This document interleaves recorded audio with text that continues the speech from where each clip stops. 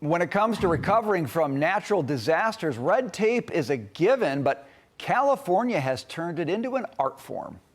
Since the Los Angeles wildfires destroyed Pacific Palisades in January, not a single building permit has been approved.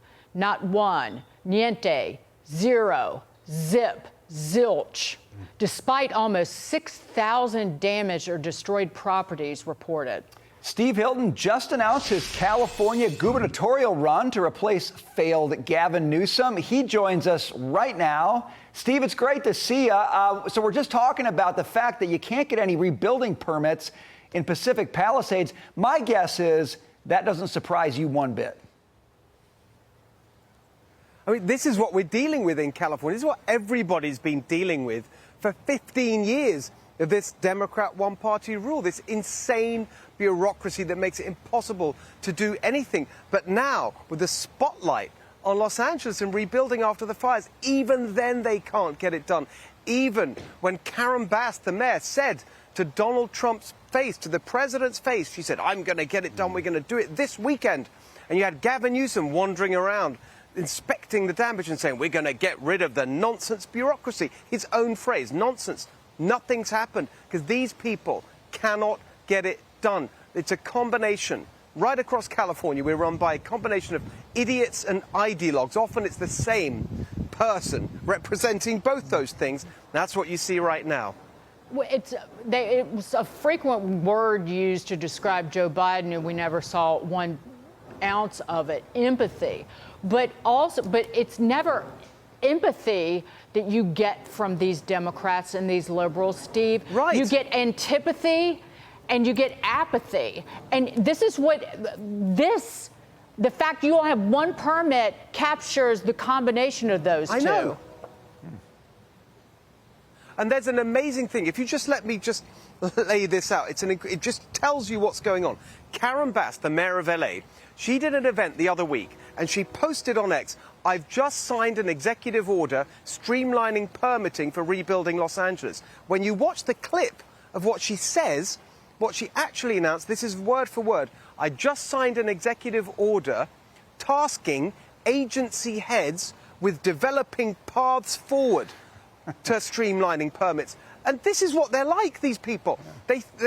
All they think about is process and bureaucracy. They have no clue how to actually get anything done in the real world because they've never done anything in the real world. They're just machine politicians. Their only skill is navigating the political machine. Steve, is this starting to change the way people feel on the ground? I mean, you're out there talking with citizens who, you know, in places like LA lean to the left, but are they seeing what's happening with this and saying, I'm open to something different because the uniform Democratic rule hasn't worked?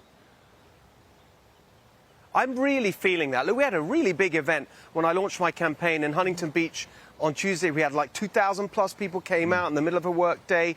Everywhere I'm going, I've been in San Francisco this week, Fresno, I'm in Sacramento today, in Los Angeles. And there's a real energy. And people know we need change. It's just for a long time they haven't believed that it's possible. That's what I'm trying to do with this campaign, is show that I've got the ideas and the energy and the confidence to actually make change happen. And once people believe it's possible, I think there's going to be a real political revolution here in California. So Gavin Newsom and his liberal ilk have driven energy companies out of the state. Driving refineries out of the state, including Phillips 66 closing operations in LA late this year. Next year, Valero plans to shut a refinery in April. But now he's asking the Energy Commission to work with these refiners to keep them in the state, to ensure reliable fuel sources. They're forcing the car companies to make and only sell electric vehicles when you have to buy electricity from out of state because you don't produce enough of your own electricity. And he single-handedly sued the oil companies, and now he's crying to the Energy Commission? What a buffoon. I know.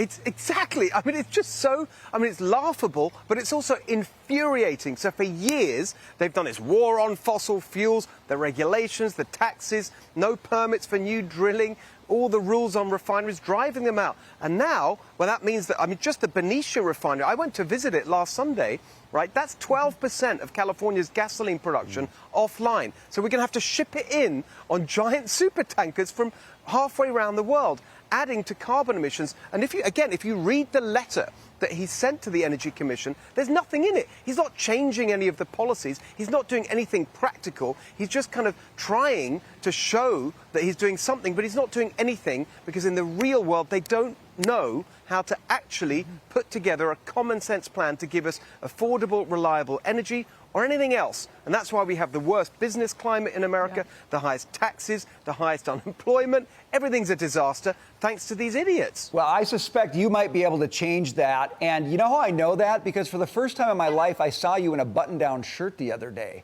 And I thought, this is a guy who means business. I know, exactly. I'm really California. serious, Brian. You know you're serious when you see that attire. Steve Hilton, great stuff. Good to see you.